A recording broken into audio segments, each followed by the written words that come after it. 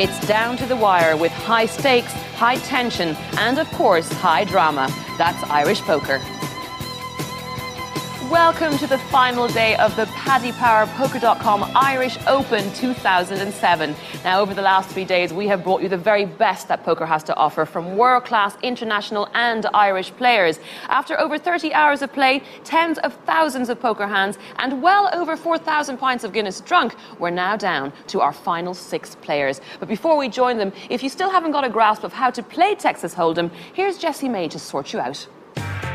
Texas Hold'em begins with the placing of the button and the posting of the blinds. The button is a white disc that moves around the table. It represents the nominal dealer. The blinds are force bets to get the action going. There are 2 blinds, the big blind double the small. These are placed to the left of the dealer button. Action that first round begins to the left of the big blind, in this case, seat number 4. Play begins with each player being dealt 2 cards face down from the dealer. Players can call, raise, or fold, making their first betting decision solely based on the value of those 2 cards alone. The object being to make the best 5-card poker hand out of 7 eventually available, according to the official ranking of poker hands. At the bottom of the ladder is high card only. Better than that is 1 pair. 2 pairs is higher still, and 3 of a kind is sometimes called a set. A straight is 5 cards in a row of any suits. A flush, 5 cards of the same suit in any order. A full house is 3 of a kind plus a pair. 4 of a kind, self-explanatory. And a straight flush, 5 cards in a row, all of the same suit. Everyone's looking for a royal flush, which is a straight flush, ace high. When we left you last night, 12 players were battling it out for that all-important place on this, the final table. Now, they played until the wee hours, and after some dramatic action, only 6 players now remain. And this is how they got there. How did we get from Clare to here? Roland de Wolf was flying last night with 1.5 million, but this was the beginning of his end. The Queens and Glenn McCabe pushed with the ace-jack. Just because you're behind before the flop doesn't mean the bullet can't hit the board. Turn and a river and 3 aces for Glenn McCabe. That was the start of Roland's downhill slide.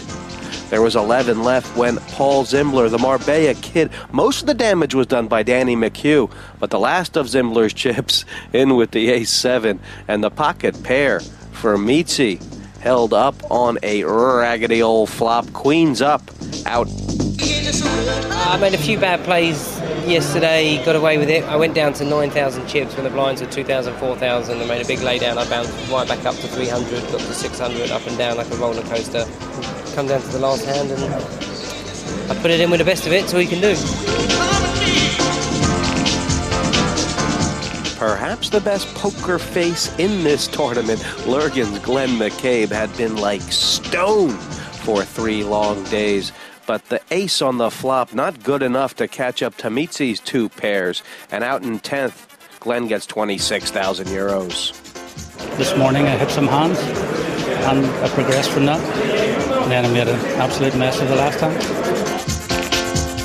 Internet qualifier Finneran knows there's always a young Scandinavian in the form of Peter Eastgate. He was doing great, but his ace-7 got kippered up by the ace-king of Finneran.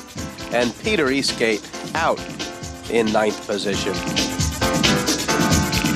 Been up and downs, and just before the final table, I got my aces cracked, and well, after that I didn't recover.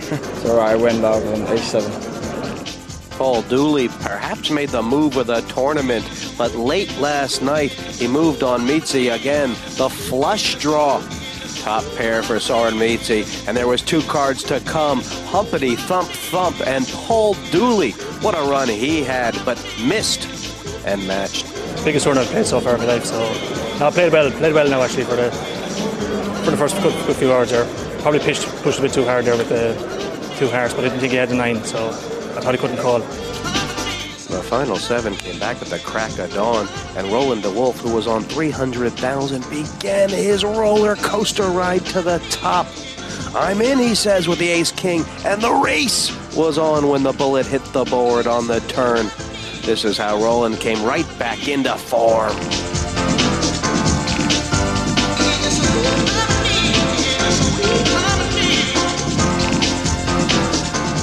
The blinds had gotten very big by the time Finneran found the ace, only to run into a bulldozer behind him. A little help on the flop, but rolling too strong, and this Paddy last qualifier out in 7th. Well, like I've got 600k, the blinds are 300, 600, like any ace. I have to push, so I push and run into a big hand. I hope to take down the blind. That's the way it goes. I've had a great tournament, yeah, I really enjoyed it. It's all to play for, with the winner walking away with €650,000 and the coveted title of Irish Open Champion 2007. The competition is tough, the pressure is mighty, and just one small mistake could cost them dearly. So, how are they feeling? I'm feeling good. I mean, I've managed to have the chip lead of the tournament throughout most of day 2 and day 3, obviously.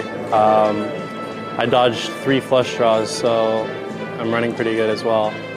I had 9 hours of uninterrupted sleep, which is always nice, and I'm ready to play.